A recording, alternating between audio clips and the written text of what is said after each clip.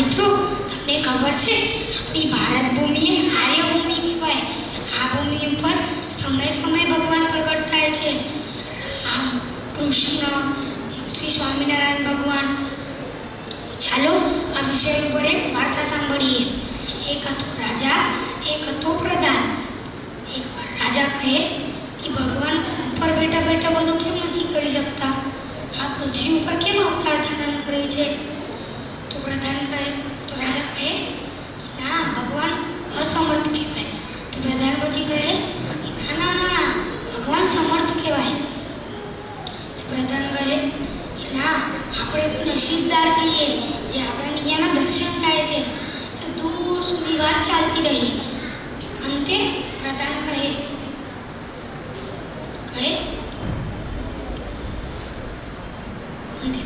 કહે કે મને જ્યારે એક સમય આવશે ત્યારે હું તમારે સમજાવીશ.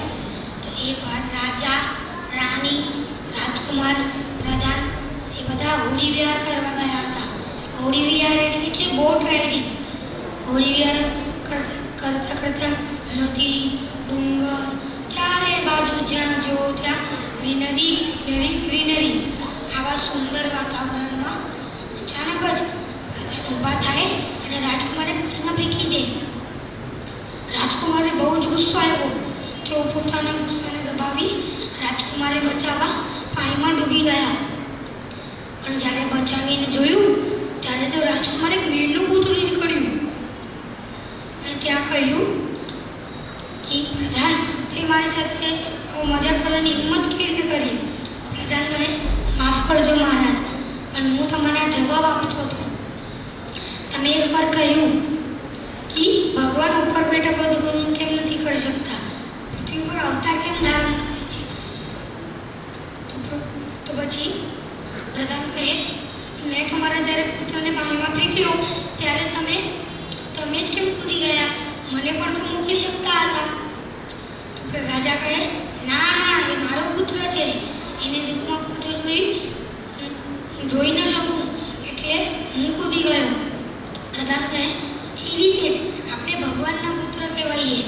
તેઓ આપણને દુઃખમાં પડતા જોઈ ન શકે અને આ પૃથ્વી પર અવતાર ધારણ કરે. ભક્તોને લાડ લડાવવા, ધર્મની સ્થાપના કરવા, એવા અનેક ઉદ્દેશો લઈને પ્રભુ આ પૃથ્વી પર અવતાર ધારણ કરે છે.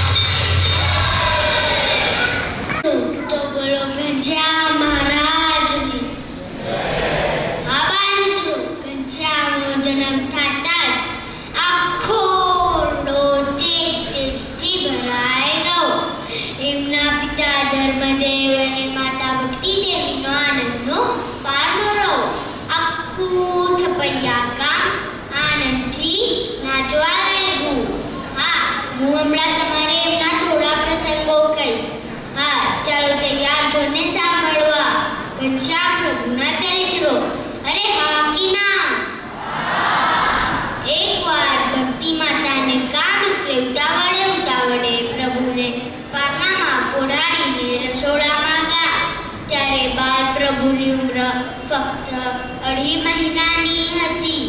ભક્તિ માતા ગયા કે તરત જ પ્રભુ પારણામાં બેઠા થઈ ગયા. એમની ચૂસણી એમનાથી દૂર પડી હતી. એટલે પારણામાંથી ઉતરા ઘૂંટણથી ચાલતા જઈને ચૂસણીને હાથમાં લીધી અને ફરીથી પારણામાં આવીને બેસી ગયા. આ દૃશ્ય ધર્મદેવના મિત્ર રામદયાલે જોયું. તેમને પૂછ્યું, તમારા પુત્રની ઉંમર કેટલી છે? ત્યારે ધર્મદેવે કહ્યું, હજુ તો ફક્ત 2.5 મહિના થયા છે. આ સાંભળી રામદયાલને થઈ ગયું કે ખરેખર આ તો ઈશ્વર જ હોવા જોઈએ, નહીંતર એટલી નાની ઉંમરમાં એટલી ચતુરાઈ કેમ આવે? એમ વિચાર કરીને રામદયાલ પ્રભુના પારણા પાસે ગયા અને પ્રભુના સામે જોયો. ત્યારે તો પ્રભુના શરીરથી તેજની કિરણો નીકળવા લાગી. આખો ઓરડો તેજથી ભરાઈ ગયો. રામદયાલ તો એકદમ શોક થઈ ગયા. તેમને કન્ફર્મ હતું કે આ તો ભગવાન જ છે. આવા ચરિત્રો કરતા કરતા પ્રભુ 3 મહિનાના થયા. પિતા ધર્મદેવને સોચ્યું કે તેમનું શું નામ રાખવું જોઈએ. તમારે ખબર છે ને પ્રભુનું શું નામ રાખવું? ચાલો જોઈએ એક વિડીયો મહારાજની. હા તો બાળ મિત્રો, જેમ જેમ દિવસ પસાર થવા લાગ્યા તેમ તેમ ઘનશ્યામ મહારાજ પણ મોટા થવા લાગ્યા. એમના પિતા ધર્મદેવ અને એમના માતા ભક્તિદેવીનો આનંદ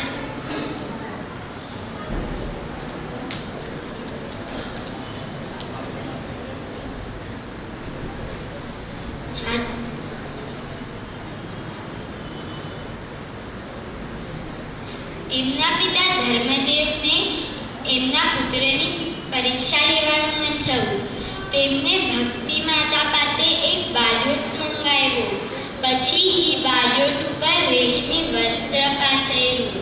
એ જોવા કે પ્રભુ કઈ વસ્તુને એક નાની તલવારથી બાજુ. એ જોવા કે પ્રભુ કઈ વસ્તુને ઉપાડે છે. બાલમિત્રો, સોના મોહર એટલે મોટા ધનવાનની નિશાની, પુસ્તક એટલે જ્ઞાનની નિશાની અને તલવાર એટલે રાજાની નિશાની. પારણામાંથી ઉતરીને તરત જ પ્રભુ બાજોટ પાસે આવ્યા અને બેઠા થઈ ગયા અને પુસ્તકને હાથમાં ઉપાડી લીધી. આ જોઈને ધર્મદેવ અને ભક્તિ માતાને ખાતરી થઈ ગઈ કે આ પુત્ર ભણી ગણીને વિદ્વાન થશે. પુસ્તકને સિલેક્ટ કરીને જ ભગવાન સૌને શીખ આપે છે કે બરાબર ભણજો અને મોટા વિદ્વાન થશો. આપણે શું કરવું એ આપણે જોઈએ નૃત્ય દ્વારા.